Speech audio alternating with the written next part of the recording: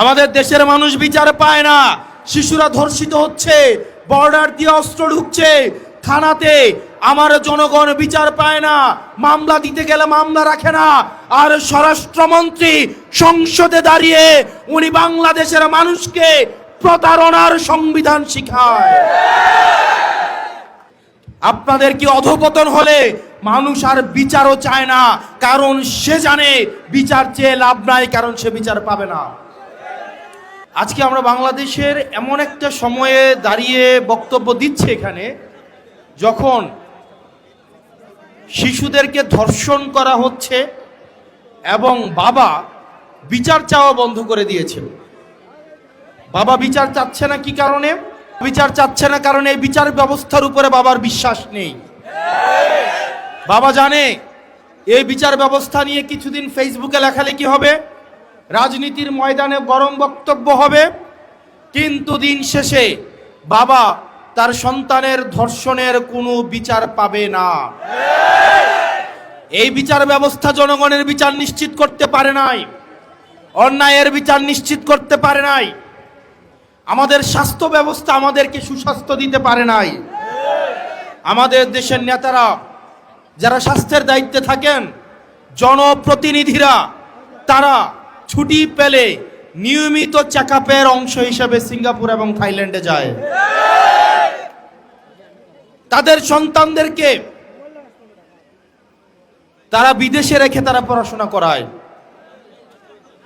যেই লোকটা বাজারে জিলাপি বানায়, আপনি যদি ওই লোকটাকে বলেন ভাই আপনি জিলাপিটা খান, সে যদি জিলাপি খাইতে অস্বীকৃতি জানায়, এই জিলাপির প্রতি কি আপনার আস্থা থাকবে?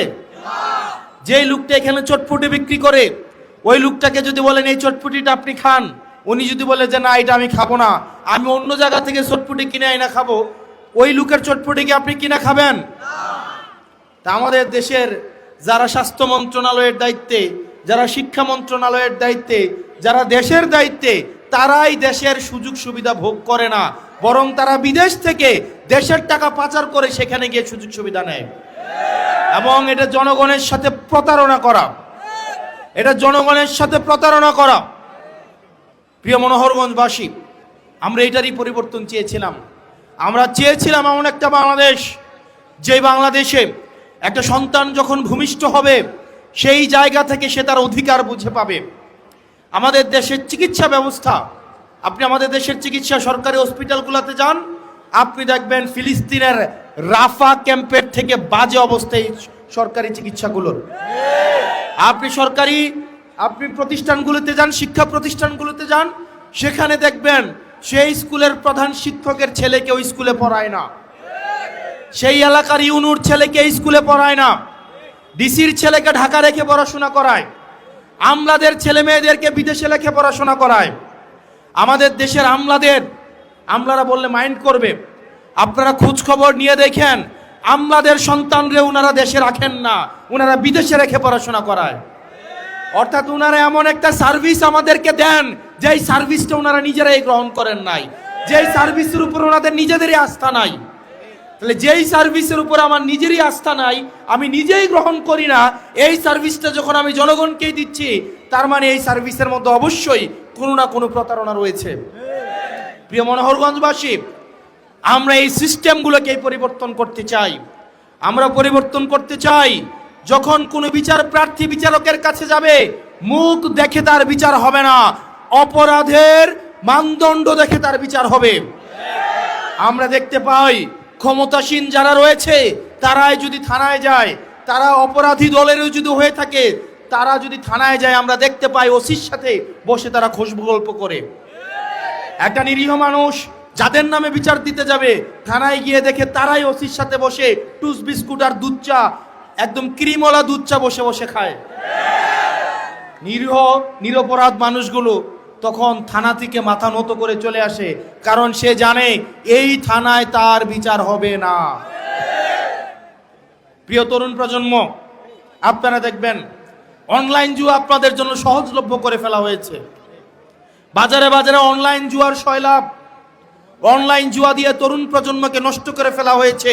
বর্ডারগুলোকে উন্মুক্ত করে দেওয়া হয়েছে। এই বর্ডারে মাদকের উন্মুক্ত প্রসারের মধ্য দিয়ে আমার তরুণ প্রজন্মকে নষ্ট করে ফেলা হচ্ছে। আমাদের দেশের মানুষ বিচার পায় না, শিশুরা ধর্ষিত হচ্ছে, বর্ডার দিয়ে অস্ত্র ঢুকছে থানাতে, আমার জনগণ বিচার পায় না, মামলা দিতে গেলে মামলা রাখে না। আর স্বরাষ্ট্রমন্ত্রী সংসদে দাঁড়িয়ে উনি বাংলাদেশের মানুষকে প্রতারণার সংবিধান শিখায়।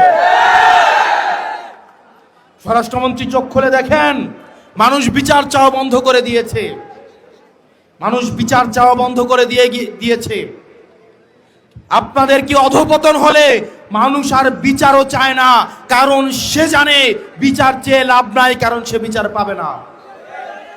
প্রিয় মনোহরগঞ্জবাসী এবং এই তরুণ প্রজন্ম, আপনারা আজকে এই বিস্তীর্ণ মাঠে খোলা আকাশের নিচে, সুনীল আকাশের নিচে যারা এসে দাঁড়িয়েছেন, যাদের ভোট দেওয়ার বয়স হয় নাই কিংবা যাদের ভোট দেওয়ার বয়স হয়েছে, পরবর্তী বাংলাদেশ আমরা আপনাদেরকে নিয়ে বিনির্মাণ করব।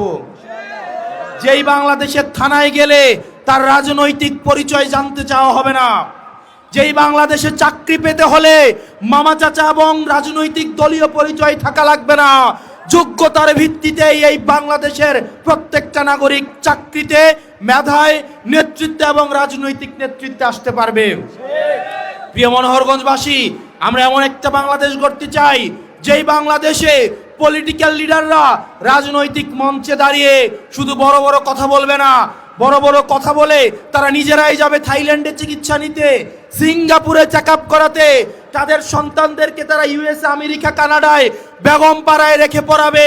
আমরা এমন বাংলাদেশ চাই না, বরং এমন বাংলাদেশ চাই যেই বাংলাদেশের শিক্ষা প্রতিষ্ঠানগুলোতে দপ্তরির ছেলেও যেমন পড়াশোনা করবে, ঠিক প্রতিষ্ঠান প্রধানের ছেলেও পড়াশোনা করবে। এই বাংলাদেশ যদি আমরা বিনির্মাণ করতে চাই, তাহলে সেক্ষেত্রে মত পার্থক্যের ঊর্ধ্বে উঠে, বিভাজনের ঊর্ধ্বে উঠে আমাদেরকে ঐক্যবদ্ধভাবে এই বাংলাদেশ বিনির্মাণের দিকে যেতে হবে। প্রত্যেকটা নাগরিকের মর্যাদা আমাদেরকে প্রতিষ্ঠিত করতে হবে। এবং আমার সামনে যে উদ্দীপ্ত তরুণ সমাজ রয়েছে, আপনাদের সামর্থ্য, শক্তি এবং উদ্দীপনাকে কাজে লাগাতে হবে। আমরা অতীতের রাজনীতিতে দেখেছি তরুণদেরকে লাঠিয়াল বাহিনী হিসাবে ব্যবহার করা হয়। আমরা চাই না তরুণরা কেবল লাঠিয়াল বাহিনী হিসাবে ব্যবহার হোক, আমরা বরং চাই তরুণরা নীতি নির্ধারণী পর্যায়ে থাকবে। তরুণদের আমরা চাই পরবর্তী বাংলাদেশ বিনির্মাণের যে অঙ্কর, সেটা তারা নিয়ন্ত্রণ করবে ইনশাআল্লাহ।